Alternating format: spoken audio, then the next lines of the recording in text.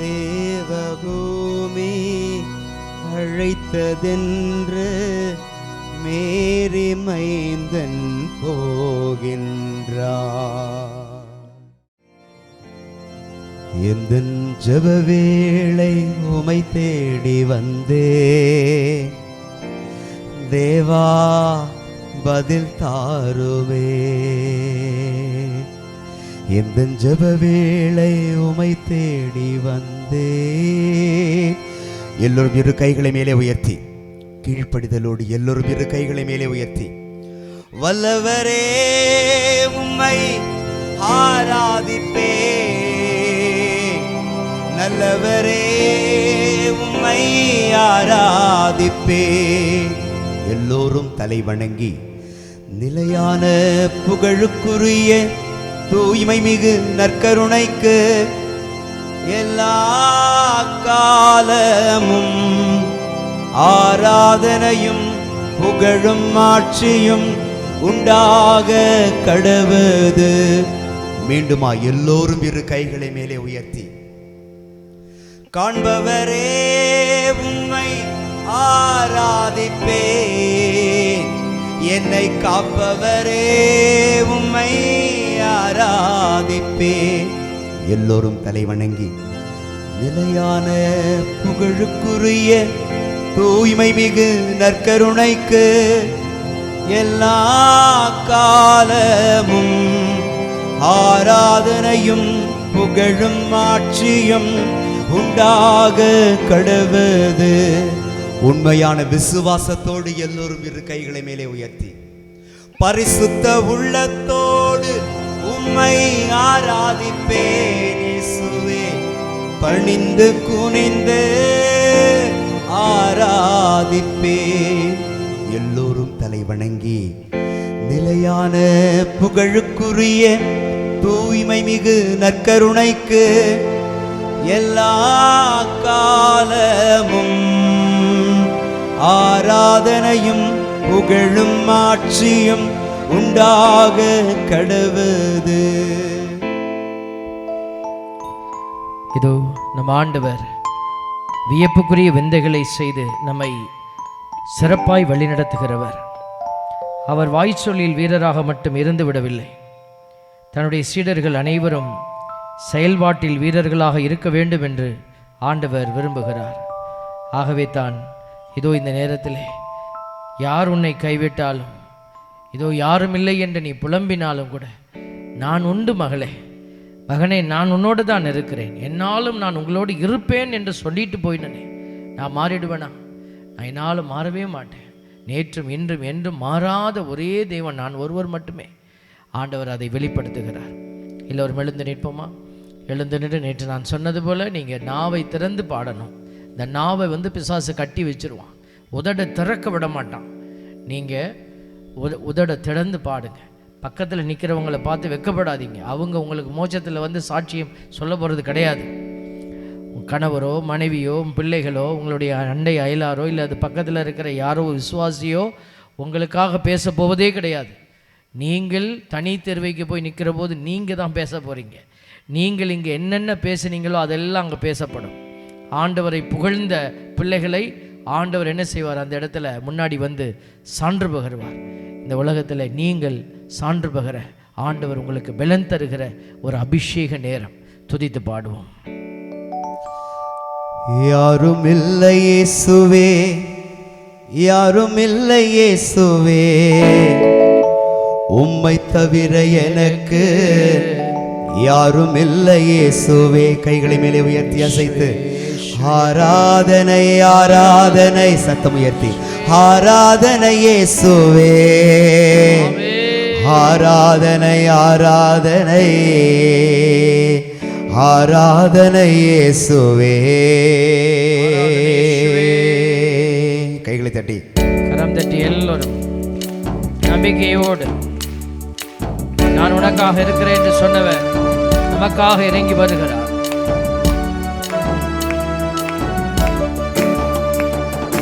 யாரும் இல்லை இயேசுவே, யாரும் இல்லை இயேசுவே,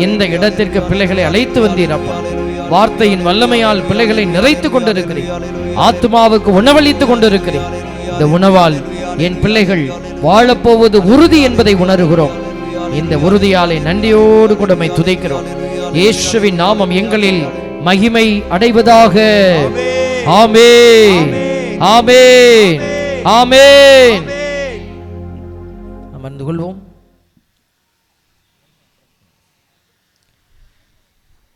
அன்புக்குரிய பிள்ளைகளே, இன்றைய நாளில் நம்ம என்ன சிந்தித்து கொண்டிருக்கிறோம்?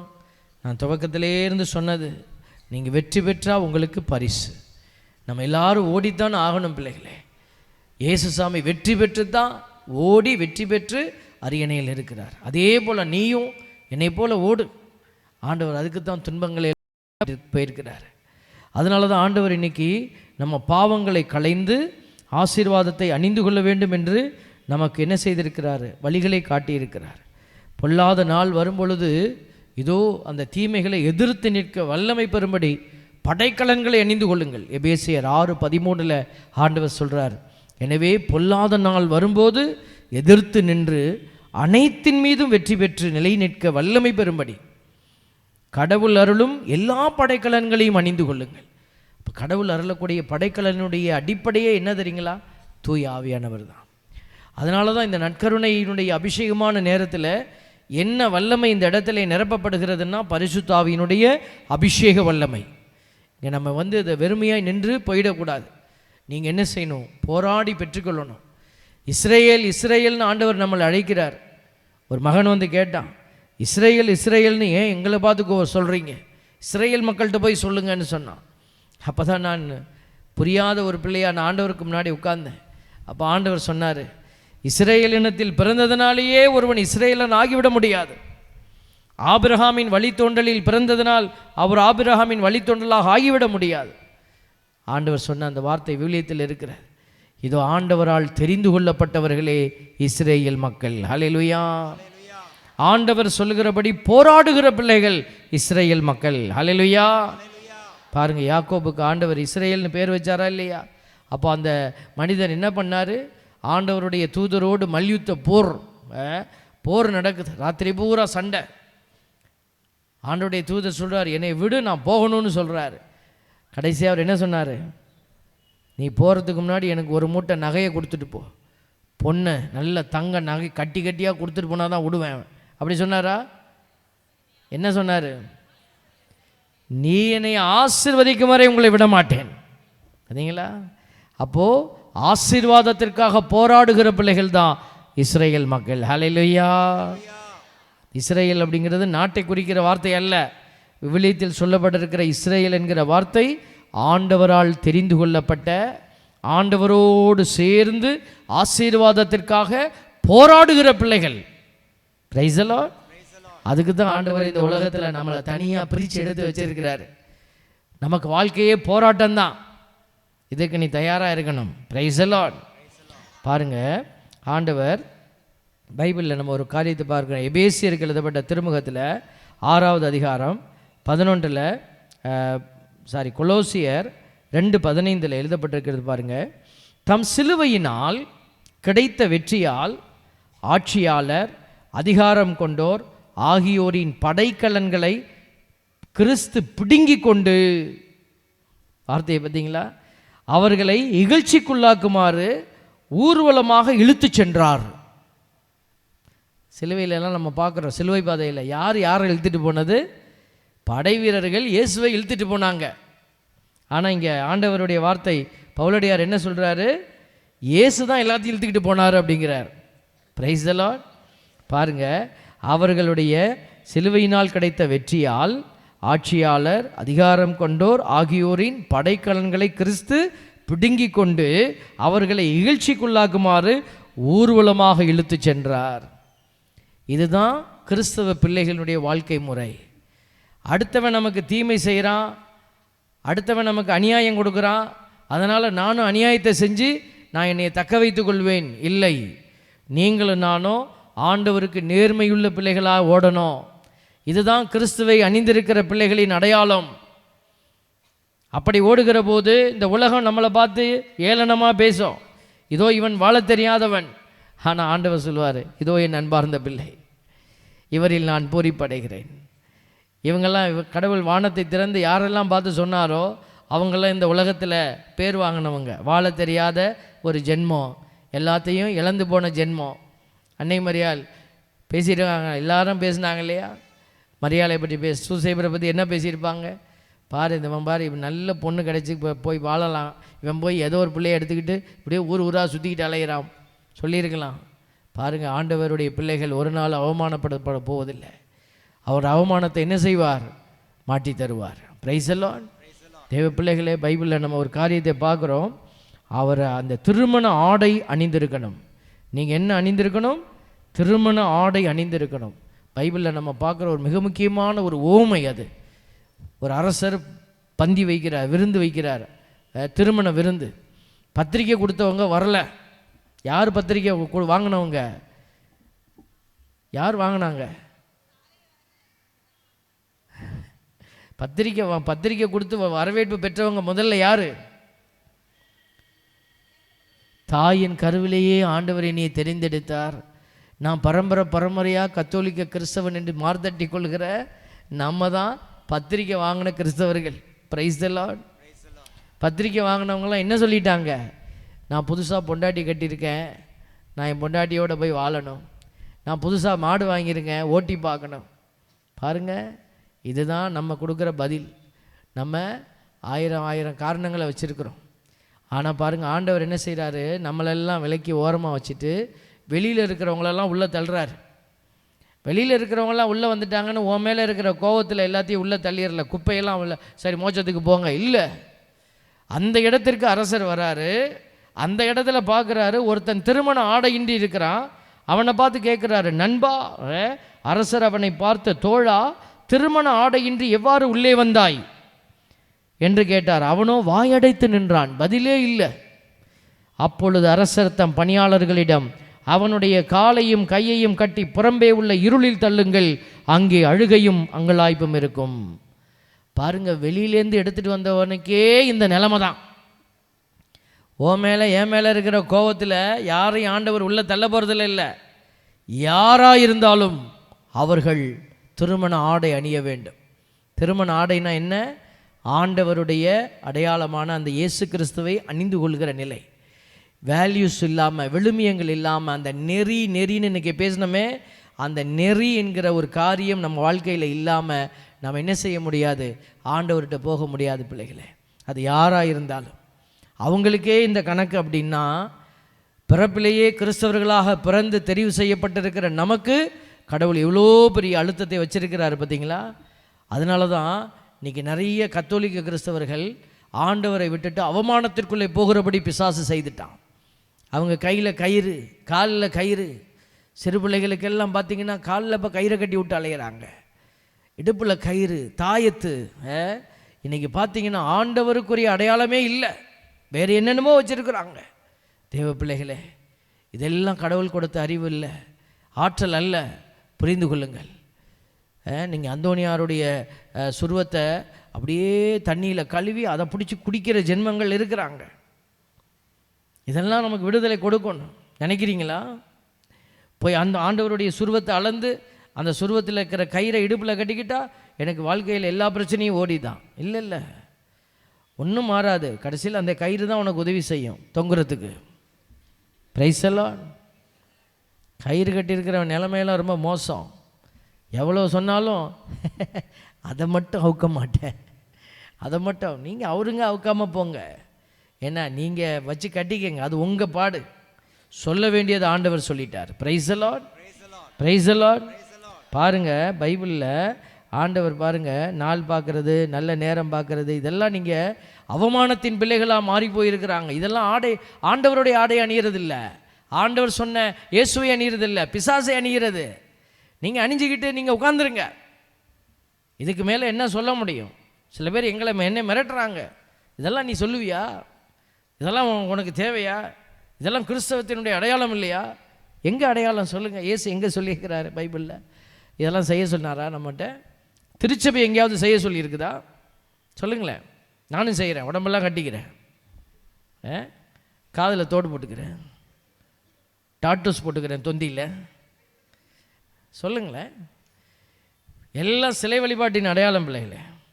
நீங்களா ஒன்று செஞ்சுக்கிட்டு எல்லாரும் செய்கிறாங்க. ஆமாம், அவங்களாம் நரகத்துக்கு போகிறான், நீயும் போ பின்னாடியே. நீ எதிர்த்து நின்று ஆண்டவருடைய சாட்சியாக இன்றைக்கி தான் ஆண்டவர் உன்னையை கூப்பிட்டுருக்கிறார், என்னை தெரிந்தெடுத்திருக்கிறார். நீங்கள் செய்கிறீங்கன்றதுனால எனக்கும் தான் பார்த்தா சில விஷயங்கள் நல்லா இருக்குது, பிடிக்குது மனசுக்கு. ஆனால் செய்யலாமா? இல்லை, நோ. Price the Lord. பாருங்கள், கலாத்தியர் 4:3 சொல்லுது, நாமும் சிறுவர்களாக இருந்தபோது உலகின் பஞ்சபூதங்களுக்கு அடிமைப்பட்டிருந்தோம். பஞ்சபூதம்னா என்ன? இது மாதிரி காரியங்களுக்கெல்லாம் நீ அடிமைப்பட்டு கிடந்த. காலம் நிறைவேறிய போது திருச்சட்டத்துக்கு உட்பட்டிருந்த நம்மை மீட்டு தம் பிள்ளைகளாக்குமாறு கடவுள் என்ன செய்துட்டார்? நம்மளை உயர்த்திட்டார். ஒரு காலத்தில் நீங்கள் கடவுளை அறியாதிருந்தீர்கள், 8வது வசனம். அப்போது கடவுள் அல்லாதவற்றுக்கு அடிமைகளாக இருந்தீர்கள். ஆனால் இப்போ அப்படி இல்லை. ஆனால் இப்பொழுது நீங்கள் கடவுளை ஏற்றுக்கொண்டிருக்கிறீர்கள். உண்மையில் கடவுளே உங்களை ஏற்றுக்கொண்டிருக்கிறார், நாம் அல்ல. அவர் தான் நம்மளை ஏற்றுக்கிட்டார். இப்போ நான் கடவுளை ஏற்றுக்கிட்டு நான் சாமியாராக வந்தேன், இல்லை இல்லை இல்லை. அவர் தான் என்னையை கூப்பிட்டு நிப்பாட்டி இருக்கிறார். குருக்களை அவர் தான் தெரிந்தெடுத்து நிப்பாட்டி இருக்கிறார். அதனால் நாங்கள் அவருக்கு கட்டுப்பட்டு நிற்கணும். கிறிஸ்தவத்தினுடைய அடையாளமே அதுதான். மற்ற நம்பிக்கை மதத்தில் சீடர்கள் தான் குருவை போய் தேர்ந்தெடுப்பாங்க. ஆனால் கிறிஸ்தவத்தில் குரு தான் சீடனை தேர்ந்தெடுக்கிறார். Price the Lord. நீங்கள் என்னை தெரிந்து கொள்ளவில்லை, நான் தான் உங்களை தெரிந்து கொண்டேன் சொல்கிறாரா இல்லையா? அப்போ அவர் தெரிந்து கொண்டாருன்னா எதை பார்த்து நம்மளை தெரிந்து கொண்டார்? திறமையை பார்த்தா, நம்மளுடைய ஜெபத்தினுடைய வல்லமையை பார்த்தா, நம்மளுடைய ஸ்பெஷாலிட்டியை பார்த்து தெரிந்தெடுத்திருந்தாருன்னா அருள் என்பதற்கு பொருளே இல்லாமல் போயிருந்திருக்கும். அருள் எதையுமே பார்க்கறதில்ல. ஆண்டவருடைய அருள் இரக்கத்தோடு உன்னை தெரிந்தெடுத்தது. ஹல்லேலூயா. என் பிள்ளை என்னோட நிற்கும்னு நம்பிக்கையோடு உன்னை தெரிந்தெடுத்தார். அந்த அருளை நீங்கள் இழந்து விட்டால் கடவுளுக்கு எவ்வளோ வேதனை. இதுதான் கடவுளுடைய அந்த கீழே விழுதலுக்கு உதவி செய்தது. காலை தள்ளி விட்டது எது? நீங்கள் அருளை இழந்து விட்ட நேரங்கள் தான் ஆண்டவர் 3 முறை கீழே விழுந்தார். ஏன் வெரோனிகா ஓடி போய் மூஞ்சை தொடச்சாங்க? மூஞ்சலை எச்சில். ஆண்டவருடைய யார் மூஞ்சலை எச்சிலை துப்பியது? நம்பிய நாம கடவுளை விட்டுட்டு வேற ஒன்று செஞ்ச போது அவருடைய மூஞ்சில் காரி துப்புனீங்க. நம்ம தான் துப்புனோம்.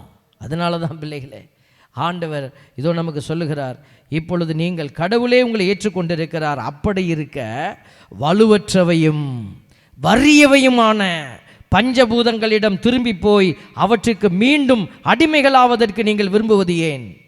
நாள், நல்லா கவனிச்சுக்க, மாதம், காலம், ஆண்டு என்று பார்க்கிறீர்கள். உங்களுக்காக நான் பாடுபட்டு உழைத்தது வீண்தானா? என்னை அஞ்ச வேண்டி இருக்கிறது. இது யார் கத்துனது? ஆல்பர்ட் இன்னைக்கு கத்துறாரு, இங்கே இருக்கிற சுந்தர்வாதர் இன்னைக்கு கத்துறாரு. ஆனால் பல வருடங்களுக்கு முன்பாகவே பவுலடியார் கத்தியிருக்கிறார். ஏன்னா அப்பையும் இந்த கூட்டம் இருந்தாங்க. Praise the Lord. ஹல்லேலூயா. யோசித்து பாருங்க பிள்ளைகளே, ஆண்டவர் நமக்கு சொல்லி தான் கொடுப்பார். கோழி தன் குஞ்சுகளை செட்டைகளுக்குள் வைத்து காக்க முயற்சி செய்வது போல கோழி கத்துறது மாதிரி ஆண்டவர் கத்திக்கிட்டு தான் இருப்பார். எந்த கோழியும் ஓடி போய் தன் குஞ்சுகளை இழுத்து கொண்டு வந்து சொருவறதில்லை. ஆண்டவர் செய்யவே மாட்டார். உன் கையை பிடிச்சி இழுக்க மாட்டார். ஏன் தெரியுமா? உனக்கு சுதந்திரத்தை கொடுத்துட்டார். கையை பிடிச்சாருன்னா உன் சுதந்திரத்தை அவரே பறிக்கிற மாதிரி ஆகிடும். அது நீதியற்ற செயல். கடவுள் அதை ஒரு நாள் செய்ய மாட்டார். அதனால் நீதியோடு கடவுள் உங்களுக்காக காத்திருக்கிறார். என் பிள்ளை என்கிட்ட திரும்பி வரமாட்டானா? நாள் பார்க்கிற நீங்கள் யோசித்து பாருங்கள். கல்யாணம்னோனையும் காட்சினோனையும் உடனே ஓடி போய் நீங்கள் நாள் பார்க்குறீங்க, நல்ல நேரம் பார்க்குறீங்க. யார் உங்களுக்கு இந்த நல்ல நேரத்தை சொல்லிக் கொடுத்தா? யார் உங்களுக்கு இதெல்லாம் கற்றுக் கொடுத்தது? விவிலியம் சொல்லுகிறதுக்கு எதிராய் செயல்படுறீங்க. அந்த கிறிஸ்துவின் மனநிலை, ஆன்டி கிரைஸ்ட், எதிர் கிறிஸ்து. அதான் ஆண்டவர் சொன்ன வார்த்தைகளுக்கு எதிராய் நிற்பது எதிர் கிறிஸ்துவின் மனநிலை. அந்த கிறிஸ்து உங்கள் மத்தியில் இருக்கிறான் அப்படின்னு ஆண்டவர் சொன்னாரே, அது நம்ம நினச்சிக்க கூடாது. எங்கேயோ வாழ் வச்சுக்கிட்டு பிறந்திருப்பான் போல. இல்லை, நீங்களும் நானும் எங்கெல்லாம் ஆண்டவருடைய கட்டளைகளை விட்டு விலகி போகிறோமோ அங்கெல்லாம் நீங்களும் நானும் தான் அந்த கிறிஸ்து. Price the Lord. ஆண்டவருடைய வார்த்தை பாருங்க, உங்கள் கடவுளாகிய ஆண்டவர் உனக்கு கொடுக்கும் நாட்டுக்குள் போன பின் வேற்றினத்தாருடைய அருவருப்பான செயல்களை கற்றுக்கொள்ளாதே. தேவ பிள்ளைகளே, அவன் பேசினா நான் பேசினேன், அவன் செஞ்சான் நான் செஞ்சேன், அவன் எங்கே போகிறானோ அங்கே தான் நீயும் போகிற. அடுத்தவருடைய அளவையில் நீ உன்னை அளக்கக்கூடாது. உனக்கு என்ன கொடுக்கப்பட்டிருக்கிறது? பாருங்க, வேற்றினத்தாருடைய அடையாளத்தை நீ ஃபாலோ பண்ணாத. உனக்கு ஆண்டவர் புதிய சட்டத்தை கொடுத்திருக்கிறார். இதுதான் நம்மளுக்கான சட்டம். இது என்ன சொல்லுதோ அதன்படி செய்வோம். பாருங்க, தன் புதல்வியை தீமிதிக்க செய்கிறவன், நாள் பார்க்கிறவன், குறி சொல்கிறவன், சகுனங்களை நம்புகிறவன், சூனியக்காரன், மந்திரவாதி, ஏவி விடுகிறவன், மாயவித்தைக்காரன், இறந்தவர்களிடம் குறி கேட்கிறவன். அந்தோனியாட்டை கேட்டாலும் அப்படிதான் குறி கேட்கிறது. தெய்வ பிள்ளைகளே, தயவு செய்து நான் சொல்கிற விஷயத்தை கண்டு நீங்கள் பயந்துடாதீங்க. இன்னைக்கு புனிதர்கள் எல்லாம் கடவுளுடைய பிரசன்னத்தில் கடவுளோட பயணிக்க, துன்பத்தோடு பயணிக்க வழிகாட்டி கொண்டிருக்கிறாங்க. அந்தோனியார் பேரால் நீங்கள் பைபிளை எடுத்துக்கிட்டு வாசித்து நீங்கள் முன்னேறி போனீங்கன்னா இது அந்தோனியாருக்கு சாட்சி. மற்ற எந்த அடையாளமும் அந்தோனியாருக்கு சாட்சி அல்ல. அப்படி ஒரு காரியத்தை எந்த கோயிலையாவது ஏதாவது நடந்துக்கிட்டு இருந்தால் அது அந்தோனியாரின் அடையாளம் அல்ல. அந்தோனியாருடைய உருவத்தில் பிசாசின் வேலை நடக்கிறது. ஜாக்கிரதையாக இருங்க, எச்சரிக்கையாக இருங்க. பிசாசு இன்னைக்கு பைபிளையே தூக்கிக்கிட்டு வருவான். அவனுக்கு ஒரு புனிதரை வழிய உருவத்தை தூக்கிக்கிட்டு வரதில்ல ஒரு பெரிய ஒரு கஷ்டம் கிடையாது. அதனால தான் சொல்கிறோம், நீங்கள் ஏமாந்து போகாதபடி பார்த்து கொள்ளுங்கள். பேதுரடிகளார் சொல்றார், அறிவு தெளிவோடு விழிப்பாயிருங்கள். கர்ஜிக்கிற சிங்கத்தை போல யாரை விழுங்கலாம் என்று பிசாசு சுற்றி திரிகிறான். நம்ம நியாயப்படுத்தி கொள்ளக்கூடாது பிள்ளைகளை. நான் செய்கிறதெல்லாம் சரி. பாருங்க, இப்படியெல்லாம் செய்கிறவன் ஆண்டவருக்கு அருவருப்பானவன். உங்களுக்கு அருவருப்பான ஒரு காரியத்தை நீங்கள் செய்வீங்களா? அருவருப்பானதை தூக்கி தூர தான் போட பார்ப்பீங்க. ஆண்டவர் அப்படி தான், அவனை தூக்கி தூர தான் போட பார்ப்பார். அருவருப்பான செயல்களை செய்கிறவர்கள் யாரும் ஆண்டவருடைய ராஜ்யத்தில் பிரவேசிக்கவே முடியாது. யோசித்து பாருங்க. உங்கள் கடவுளாகிய ஆண்டவருக்கு நீ முற்றிலும் உண்மையாயிரு.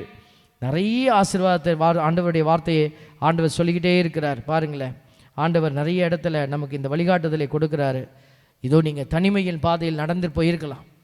தனிமையின் பாதையில் துன்ப நேரத்தில் நீங்கள் நினச்சி உங்களுடைய வியாதி இந்த நேரத்தில் எனக்கு எதுவுமே உதவி செய்யலை, அதனால நான் அப்படி போனேன். பரவாயில்ல, கடவுள் உன்னை மன்னிக்க தயாராக இருக்கிறார். இதோ ஆண்டவர் இன்னைக்கு என்னை நீ அணிந்து கொள், வார்த்தையை வாசி, நம்பு, என் வார்த்தை உன்னை விடுவிக்கும். நான் போராடி நான் காத்திருப்பேன், நீ போராடுறியான்னு நான் பார்ப்பேன். ஆண்டவர் போராடுகிற பிள்ளைகளுக்கு உதவி செய்ய வருவார். இதோ ஆண்டவர் சோர்ந்து போன நேரத்தில் எல்லாம் உங்களை மார்போடு அணைத்து கொண்டவர். கடந்து வந்த பாதையை திரும்பி பாருங்க. எது நம்மை ஆண்டவருடைய அன்பிலிருந்து பிரித்தது? எது என் ஆண்டவருடைய அந்த மீட்பு திட்டத்திலிருந்து என்னை பிரித்து வைத்திருக்கிறது? அதெல்லாம் விட்டுட்டு ஓடி வாங்க. பிள்ளைகளை எல்லாம் மீட்டு நீங்க கூட்டி சேருங்க, மீட்டு உருவாக்க செய்யுங்க. ஆண்டவர் உங்களுக்கு விடுதலை தருவார். அப்படியே ஆண்டவரை பாருங்க. எங்கெங்க நீங்க தவறி போனீங்களோ அதெல்லாம் நீங்க திருப்பி எடுத்துட்டு வரணும். நீங்க மன்னிப்பு கேளுங்க. பாவ சங்கீர்த்தனை உங்களுக்கு கொடுக்கப்படும். ஓடி போய் மனமருந்தி மன்னிப்பு கேளுங்க. கண்ணீரோடு மனமருந்துங்க. தனிமையின் பாதையில் நடந்த உனக்கு ஆண்டவர் மீண்டும் பலன் தர போகிறார். நான் உன்னோடு கூட வருவேன், நான் உன்னை உயர்த்துவேன், நான் உன்னை ஆசீர்வதிப்பேன். துணையோடு வருகிற ஆண்டவர், உனக்காக துணை இருக்கிறவர். துணிந்து அவரை உற்று பாருங்க. தனிமையின் பாதையில் தகப்பனை உம் தோளில் சுமந்ததை நான் மறப்பேனோ, சுமந்ததை நான் மறப்பேனோ. தனிமையின் பாதையில் தகப்பனை உம் தோளில் சுமந்ததை நான் மறப்பேனோ, சுமந்ததை நான் மறப்பேனோ. எத்தனை அன்பு என்மேல், எத்தனை பாசம் என்மேல், எத்தனை அன்பு என்மேல், எத்தனை பாசம் என்மேல். இதற்கு ஈடு என்ன தருவேன் நான்? இதற்கு ஈடு என்ன தருவேன் நான்? இதற்கு ஈடு என்ன தருவேன் நான்? இதற்கு ஈடு என்ன தருவேன் நான்? தனிமையின் பாதையில் தகப்பனை உம் தோளில் சுமந்ததை நான் மறப்பேனோ, சுமந்ததை நான் மறப்பேனோ. ஆண்டவர் மீண்டும் உன்னை அணைத்துக்கொள்ள ஆசையாக இருக்கிறார். பிள்ளையே, இதோ நீ வழி தவறி போயிருந்தால் பரவாயில்லை. ஊதாரி மைந்தன் திரும்பி வந்து, அப்பா, கடவுளுக்கும் உமக்கும் எதிராக நான் பாவம் செய்தேன் என்று சொன்னான். உன் பாவங்கள் முதலில் கடவுளுடைய அன்பை உடைத்திருக்கிறது. இதோ நீ மீட்டு உருவாக்கம் செய், மீண்டு ஓடிவா. இப்பொழுது முடிவு செய், இனிமேல் இந்த காரியத்துக்குள்ளே நான் போக மாட்டேன். ஆண்டவரே, உம்மை விட்டு நான் விலக மாட்டேன், உம்முடைய அன்பு மிக பெரியதப்பா சொல்லுவீங்களா? உடைக்கப்பட்ட நேரங்கள் எல்லாம் அடைக்கலம் எனக்கு தந்தீரே. நான் உடைக்கப்பட்ட நேரங்கள் எல்லாம் அடைக்கலம் எனக்கு தந்தீரே. தடுமாறும் வேளையில் எல்லாம் தகப்பன் போல சுமந்து சென்றீரே. நான் தடுமாறும் வேளையில் எல்லாம் தகப்பன் போல சுமந்து சென்றீரே. ஆஹா, எத்தனை அன்பு என் மேல், எத்தனை பாசம் என் மேல், எத்தனை அன்பு என் மேல், எத்தனை பாசம் என் மேல். இதற்கு ஈடு என்ன தருவேன் நான்? இதற்கு ஈடு என்ன தருவேன் நான்? இதற்கு ஈடு என்ன தருவேன் நான்? இதற்கு ஈடு என்ன தருவேன் நான்? தனிமையின் பாதையில் தகப்பனை உன் தோளில் சுமந்ததை நான் மறப்பேனோ? தனிமையின் பாதையில் தகப்பனை உன் தோளில் சுமந்ததை நான் மறப்பேனோ? சுமந்ததை நான் மறப்பேனோ? ஆண்டவர் மீண்டும் உன்னை சுமக்க போகிறார். கழுகுகள் போல நீ உயரே பறக்கும்படியான ஒரு வலிமை உனக்கு தரப்போகிறார். இதோ நீங்க எப்போ பாவத்தை அறிக்கை செய்து விட்டு இந்த தவ காலத்தில் ஒரு புதிய பயணம், சாட்சிய பயணம், அதில் சிலுவைகள் உண்டு, காயங்கள் உண்டு, அதில் வேதனைகள் உண்டு, எல்லாவற்றுக்கும் மேலே அதில் ஒரு மகிழ்ச்சி உண்டு. சீடர்கள் இதோ சிலுவையை நோக்கி, பாடுகளை நோக்கி போன பொழுது முகமலர்ச்சியோடு போனார்கள். அதற்கு அவர் கொடுத்தது ஆண்டவராக இயேசு. இது எழுந்து நிற்போமா? ஆண்டவர் இந்த ஆசீர்வாதமான வேளையில் பாவத்தை களைந்து விட்டு புதிய ஒரு ஆசீர்வாதத்தோடு ஓடப்போகிற பிள்ளைகள், இயேசுவை அணிந்து கொண்டு செல்ல போகிற பிள்ளைகள், ஆண்டவருக்கு சாட்சியாய் மாறப்போகிற பிள்ளைகள். இயேசு இன்னொரு முறை, இரண்டாவது முறை தான் வருவார் பிள்ளைகளே. அவருடைய வருகையின் போது தான் வருவார். அது வரைக்கும் இயேசுவின் முகமாக நீ இரு, இயேசுவின் முகமாக நீ மாறு என்று சொல்லித்தான் உன்னையும் என்னையும் கிறிஸ்து அவனாக, கிறிஸ்து அவளாக தெரிந்தெடுத்திருக்கிறார். நீ செல்லும் இடமெல்லாம் இயேசுவை பிரதிபலிக்க வேண்டும். ஆண்டவரை பாருங்க, கரங்களை கும்பிடுங்க, சொல்லுங்க, இயேசு ஆண்டவரே, இயேசு ஆண்டவரே, உம்முடைய சாட்சியாக நான் மாறுவேன். ஏற்ற நேரம் எனக்கு உதவி செய்கிற கிருபை என் ஆண்டவரிடமிருந்து எனக்கு கிடைக்கிறது. நான் இயேசுவாக செயல்படுவேன். என் ஆண்டவரே சாட்சியாக நடந்து செல்வேன். என்னை பலப்படுத்துகிற தூய ஆவியாரின் அருளால் நான் உயர்ந்து நிற்பேன். ஹல்லேலூயா, ஹல்லேலூயா. ஏற்ற நேரம் எனக்கு உதவி செய்த கிருபை, சோர்ந்து போன நேரம் என்னை தாங்கிக் கொண்ட கிருபை, இப்பொழுது ஆண்டவருடைய கிருபை உங்களை தொடுகிறது. தெய்வீக அக்கினியின் கிருபை உன்னை பலப்படுத்துகிறது. அபிஷேக கிருபை உன்னை தொடுகிறது. இதோ இந்த இடத்திலே வார்த்தையின் வல்லமையினாலும் ஆண்டவருடைய பிரசன்ன அபிஷேகத்தினாலும் நீங்கள் நிரப்பப்படுகிறீர்கள். ஆண்டவருடைய அபிஷேகத்தை பெற்றுக் கொள்ளுங்கள். ஏற்ற நேரம் எனக்கு உதவி செய்த கிருபை, சோர்ந்து போன நேரம் என்னை தாங்கிக் கொண்ட கிருபை. நேரம் எனக்கு உதவி செய்த கிருபை, சோர்ந்து போன நேரம் என்னை தாங்கிக் கொண்ட கைகளை உயர்த்தி, கிருபையே கிருபையே கிருபையே தேவ கிருபையே, கிருபையே கிருபையே கிருபையே தேவ கிருபையே. கைகளை தட்டி. ஏற்ற நேரம் எனக்கு உதவி செய்த கிருபை, சோர்ந்து போன நேரம் என்னை தாங்கிக் கொண்ட கிருபை. ஏற்ற நேரம் எனக்கு உதவி செய்த கிருபை, சோர்ந்து போன நேரம் என்னை தாங்கிக் கொண்ட கிருபை.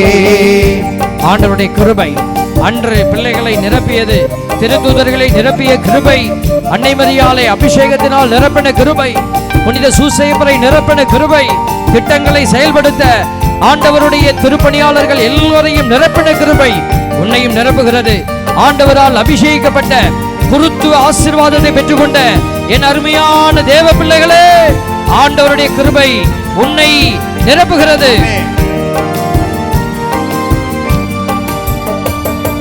மனமுடைந்த நேரம், நொறுங்கி போன வேளை, கதறி அழுத போது அணைத்து கொண்ட கிருபை. மனமுடைந்த நேரம், நொறுங்கி போன வேளை, கதறி அழுத போது அணைத்து கொண்ட கிருபை.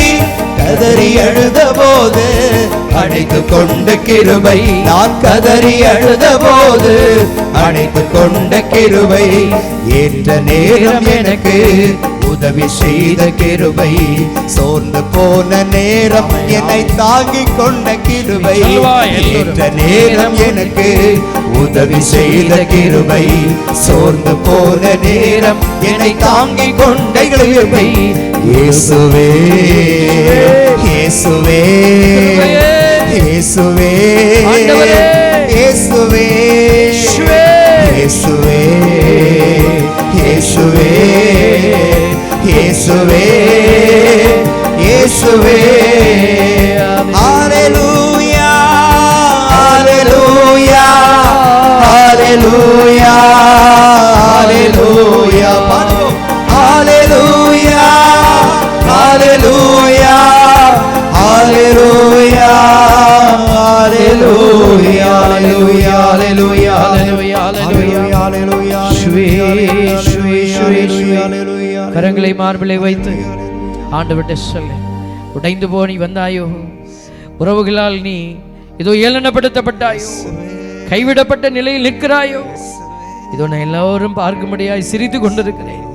ஆனால் என் இதயத்திலே மிகப்பெரிய பாரம் என்று எதையாவது தாங்கி கொண்டிருந்தார். என் மகனே மகளே, ஆண்டவர்கிட்ட சொல்லிவிடு, ஆண்டவரிடத்தில் அந்த பாரத்தை கொடுத்து விடு. அவர் உன்னை விடுவிக்கிறார், அவர் உன்னை அபிஷேகிக்கிறார், அவருடைய கருவியாய் மீண்டும் உயர்த்துவார். பரிசுத்த வல்லமை, தேவ வல்லமை, ஏற்ற நேரம் உனக்காய் உதவி செய்ய ஓடி வருகின்ற கிருபை. ஆண்டவர் கிருபையால் உன்னை நிரப்புகிறார். மகனே மகளே, ஆண்டவர் உன்னை நிரப்பிக் கொண்டிருக்கிறார், பலப்படுத்தி கொண்டிருக்கிறார். உன் ஆன்மா பலப்படுத்தப்படுகிறது.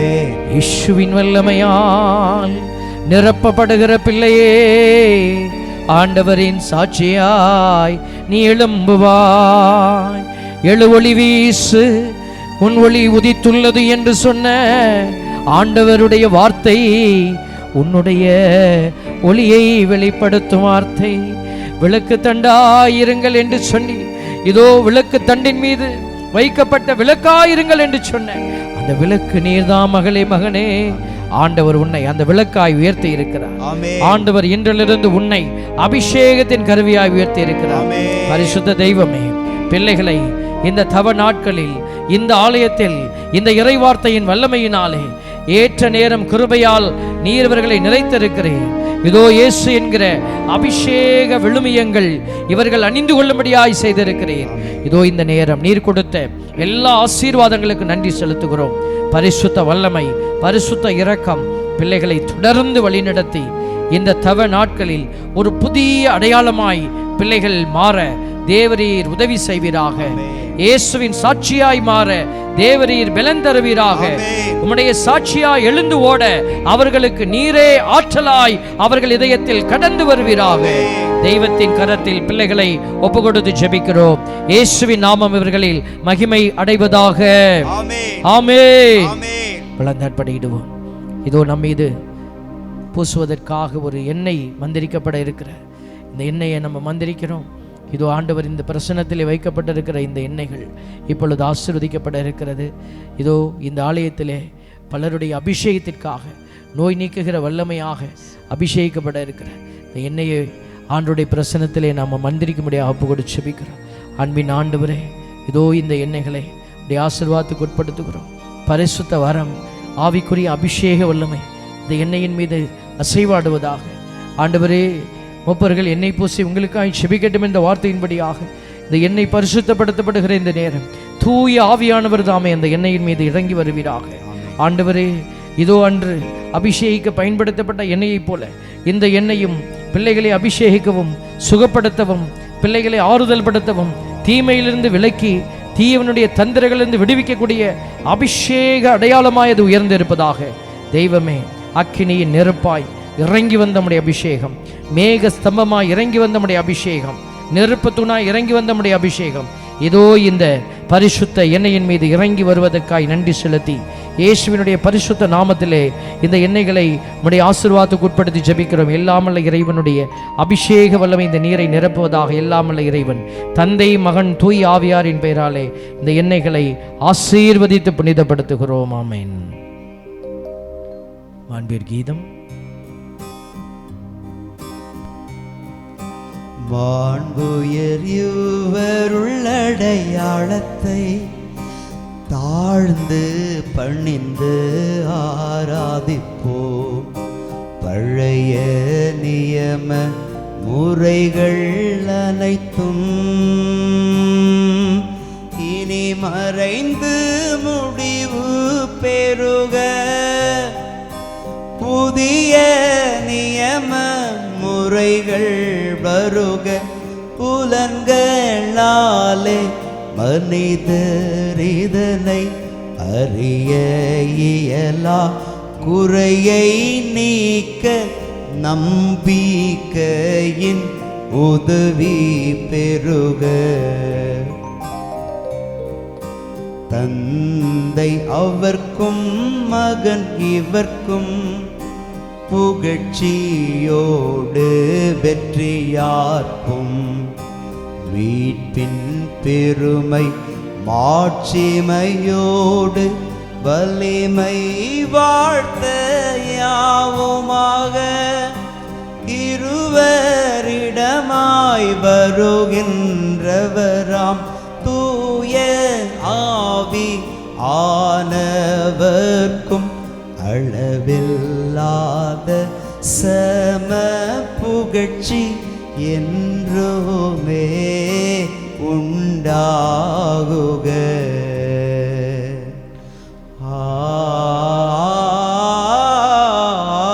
ஆமென். மன்றாடுவோமாக. இறைவா, இந்த வியப்புக்குரிய அருளடையாளத்திலே உம்முடைய பாடுகளின் நினைவை எங்களுக்கு விட்டு சென்றீரே. உம் திருவிடல் திரு ரத்தமாகியவற்றின் தூயமறை பொருளை வணங்கும் நாங்கள் உமது மீட்பின் பயனை இடைவிடாமல் துய்த்துணர்ந்து மகிழ அருள்வீராக. தந்தையாகிய இறைவனோடு தூயாவியாரின் ஒன்றிப்பில் இறைவனாய் என்றென்றும் வாழ்ந்து ஆட்சி செய்கின்ற உம்மை மன்றாடுகின்றோம். ஆமென்.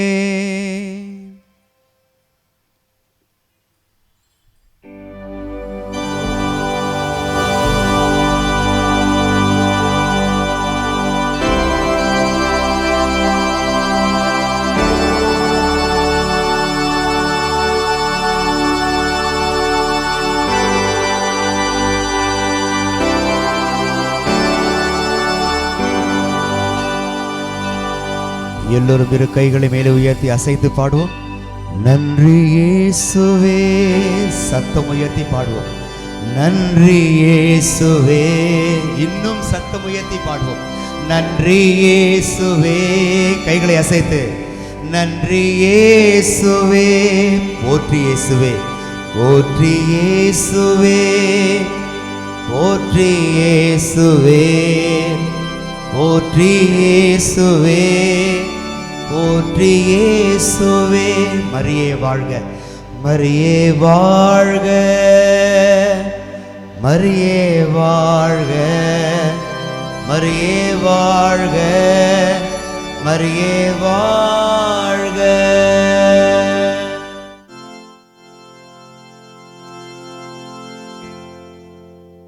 சதா சகாய மாதா, சத்திய தெய்வத்தாயே, நின் மக்கள் எங்களுக்காய் மன்றாட வேண்டும் அம்மா. சதா சகாய மாதா, சத்திய தெய்வத்தாயே, நின் மக்கள் எங்களுக்காய் மன்றாட வேண்டும் அம்மா. தந்தை, மகன், தூய ஆவியாரின் பெயராலே ஆமென்.